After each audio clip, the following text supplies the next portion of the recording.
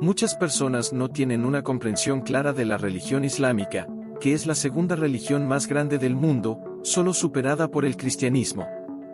Para los musulmanes, solo hay un Dios, conocido como Alá, y la forma en que ven a Jesús es un poco diferente de la percepción común entre los cristianos. Así que exploremos juntos la historia de la religión islámica. Si adoran a un Dios llamado Alá, esto plantea la pregunta, ¿es Alá el mismo Dios adorado en el cristianismo, o estamos hablando de entidades divinas diferentes? ¿Qué predica esta religión? ¿Son naturalmente extremistas? Mi nombre es Bruno Cordeiro y bienvenidos al canal Jornada Sagrada. Estoy aquí para responder a estas preguntas y muchas otras para que puedas comprender completamente el Islam. Pero antes de comenzar, me gustaría pedirles que se suscriban a mi canal y activen las notificaciones para recibir actualizaciones sobre nuevos videos. Al hacerlo, estarán ayudando a nuestro ministerio a llegar a más personas. También es importante compartir este video en WhatsApp porque puede salvar vidas, muchas personas pueden necesitar ayuda y Dios puede usarlos para intervenir en sus vidas. Amén. Entonces, continuemos. Para empezar, es esencial comprender los inicios de esta religión. Alrededor del año 570 después de Cristo, en la ciudad de la Meca, Arabia Saudita, nació un hombre llamado Mahoma. Pertenecía a la tribu de los Coraixitas y provenía de una familia sumamente humilde. Desde joven, trabajó como comerciante, lo que lo expuso a diversas culturas. Desafortunadamente, Mahoma perdió a sus padres cuando aún era un niño y fue criado por su tío Abu Talib. A los 25 años, Mahoma había viajado extensamente, pero su vida cambió cuando conoció a Jadilla, una viuda adinerada. Esto le proporcionó una vida más estable y financieramente segura. Mahoma solía retirarse a las montañas en busca de paz para orar y meditar. Durante uno de estos retiros, en el monte Hire, tuvo una experiencia que transformó su existencia. Mientras dormía en una cueva, Mahoma fue despertado por una poderosa sensación, como si una entidad divina intentara comunicarse con él. Según la tradición islámica, este ser era el arcángel Gabriel.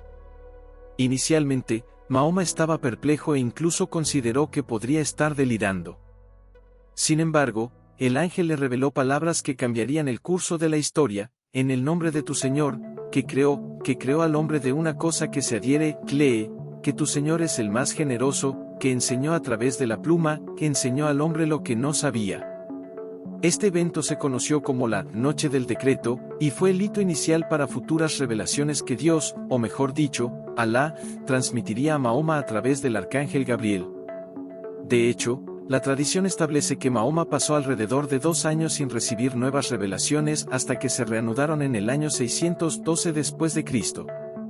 Inicialmente, Mahoma trató de resistir las revelaciones, consciente de que las tribus de la época no aceptarían una creencia monoteísta. Sin embargo, con cada nueva aparición, el arcángel Gabriel dejaba en claro que era vital difundir la creencia entre los árabes. Y eso es precisamente lo que hizo Mahoma. Las revelaciones que recibió Mahoma fueron posteriormente transcritas por los conversos al Islam, formando lo que conocemos como el Corán, el libro sagrado del Islam. Los primeros seguidores de la nueva fe fueron miembros de la familia de Mahoma. Posteriormente, inició su predicación en la ciudad de la Meca, lo que provocó descontento entre las autoridades locales. En esa época, la península arábiga estaba dominada por el politeísmo, una práctica que generaba considerables ingresos para la ciudad debido a las peregrinaciones de los creyentes. Como resultado, Mahoma y sus seguidores enfrentaron persecuciones, lo que llevó a algunos de ellos a huir a la región de Etiopía.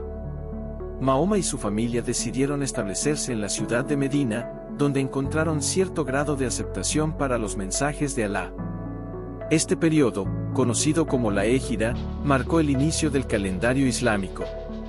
Los historiadores estiman que durante este tiempo había aproximadamente 200 seguidores del Islam en la ciudad de la Meca. Sin embargo, en Medina, las cosas empezaron a cambiar. Surgieron nuevos conversos, quienes organizaban caravanas hacia la Meca y eventualmente adquirieron suficiente fuerza para formar un estado en Medina. En este estado, a pesar de seguir los principios islámicos, Mahoma garantizó la libertad religiosa tanto para los judíos como para los cristianos, así como para aquellos que aún practicaban el politeísmo. Dirigió varias batallas hasta que finalmente conquistó la ciudad de la Meca. Tras la conquista, se prohibieron los rituales de adoración a los ídolos del paganismo y el Islam se extendió por toda la península arábiga.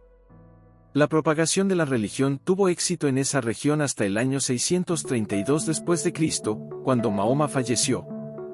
Tras la muerte del profeta, sus seguidores, conocidos como califas, se dedicaron a difundir el mensaje del Islam en diversas regiones de Asia, África e incluso Europa. De esta manera, el Islam emergió. Pero, después de todo, ¿qué predica esta religión? Al igual que el cristianismo, el Islam es una fe monoteísta, lo que significa que cree en la existencia de un solo Dios, que en este caso es Alá. Para los musulmanes, Alá es omnipotente y omnisciente, siendo el creador del universo. La fe desempeña un papel central en el Islam, y aquellos que no creen en su existencia no son considerados musulmanes. El Corán, comúnmente referido como el Clemente y Misericordioso, contiene enseñanzas fundamentales, al igual que otros textos sagrados del Islam. Además, los musulmanes también reconocen a otros profetas elegidos para transmitir los mensajes de Alá.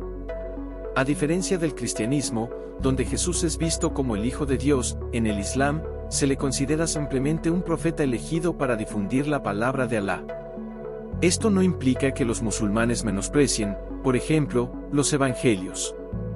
Aunque los preceptos sagrados del Islam están en el Corán, existen otros textos importantes para la religión, como los Salmos y el Evangelio, que forman parte de la Biblia.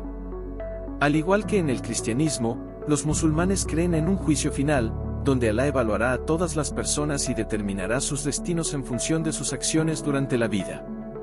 También tienen fe en la existencia de ángeles, ya que a través de uno de ellos, Mahoma recibió las revelaciones sagradas. Para ser considerado un buen musulmán, es necesario creer en Alá y seguir las enseñanzas del Corán. Además, existen 5 pilares fundamentales. El primero es recitar el credo, que afirma, no hay más Dios que Alá, y Mahoma es su profeta. Los otros 4 pilares incluyen la oración 5 veces al día en dirección a la Meca, el ayuno durante el mes sagrado de Ramadán, la caridad a los pobres mediante la donación del 2,5% de los ingresos personales, llamada Zekat, y, finalmente, si tienen los medios, realizar al menos una vez en la vida la peregrinación a la Meca. Es importante tener en cuenta que existen varias corrientes dentro del Islam. Entre estos grupos, los más conocidos son los sunitas y los chiitas. Después de la muerte de Mahoma, estos grupos entraron en desacuerdo.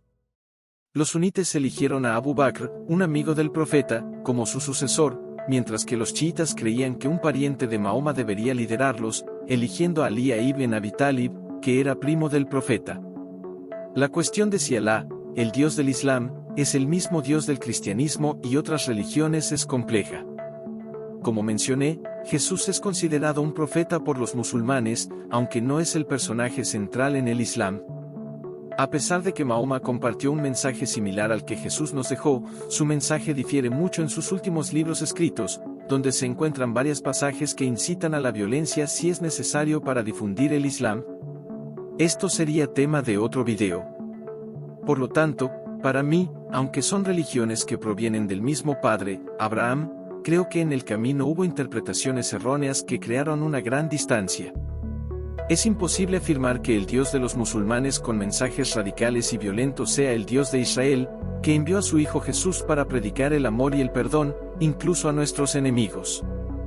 También hicimos otro video muy interesante que muestra en la Biblia evidencia de que Jesús ya había predicho el ataque de Hamás a Israel.